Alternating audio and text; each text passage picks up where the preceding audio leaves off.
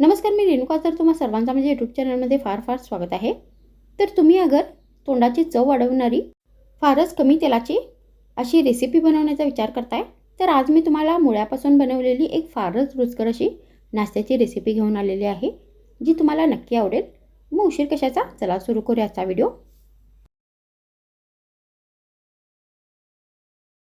मग ही रेसिपी बनवण्यासाठी मी इथे मुळा स्वच्छ धुवून तो 2 कप किसून घेतलेला आहे.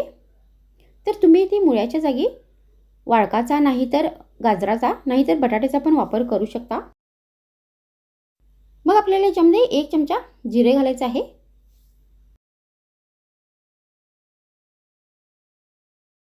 त्यानंतर आपल्याला याच्यामध्ये अर्धा चमचा हळदीची पावडर घालायची आहे.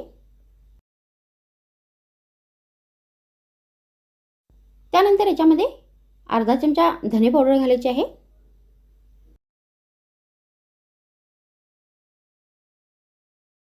मग यामध्ये 1 चमचा गरम मसाला पावडर घालायचा आहे.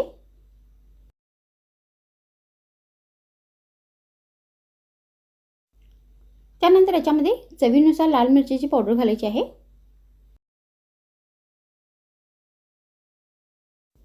मग यामध्ये आपल्याला अर्धा कप बारीक चिरलेली कोथिंबीर घालायची आहे.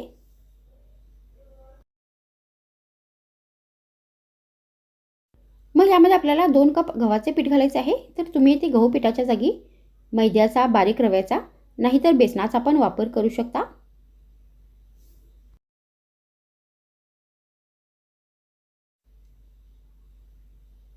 त्यानंतर याच्यामध्ये चवीनुसार मीठ घालायचे आहे.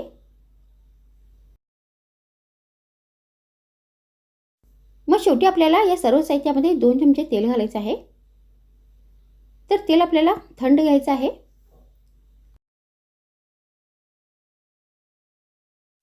आणि आता हे पीठ आपल्याला व्यवस्थित मळून घ्यायचं आहे. तर जो किसलेला मुळा आहे त्यामध्येच हे पीठ आपल्याला मळून घ्यायचं आहे. तर यामध्ये आपल्याला पाण्याचा अजिबात वापर नाही करायचा आहे. तर मुळ्यामध्ये फारच पाणी असते. तर अगर पाणी कमी पडल्यास तुम्ही याच्यामध्ये थोडेसे पाणी घालू शकता.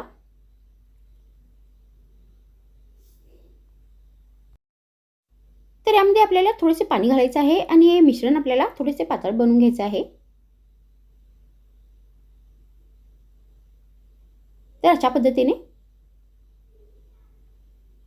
त्यानंतर आता हे मिश्रण आपल्याला 5 मिनिटापर्यंत असेच भिजण्यासाठी ठेवून द्यायचं आहे.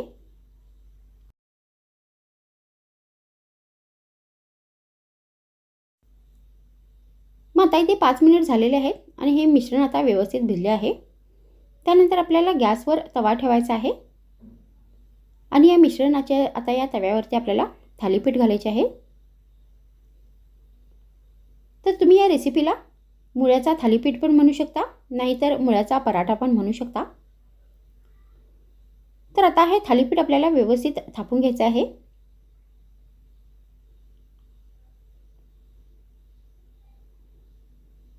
आणि दोन्ही बाजूनी फ्राय करायचं आहे. तर आपल्याला याच्यावरती चमच्याने तेल घालायचं आहे आणि हे थालीपीठ आता पलटून घ्यायचं आहे आणि दुसऱ्या बाजूने पण व्यवस्थित फ्राय करून घ्यायचं आहे.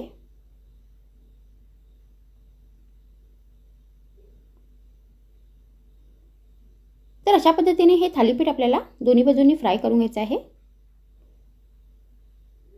तर तुम्ही अशा पद्धतीने ही रेसिपी बनवून गरमागरम दह्याबरोबर, लोणच्याबरोबर नाश्त्यामध्ये सर्व करू शकता, नाहीतर चहा या कॉफी बरोबर पण देऊ शकता. तर मग आजच्या व्हिडिओमध्ये इतकेच. पुन्हा भेटूया आणखीन एक नवीन व्हिडिओमध्ये. तर मग थँक्स फ्रेंड्स वॉचिंग माय व्हिडिओ.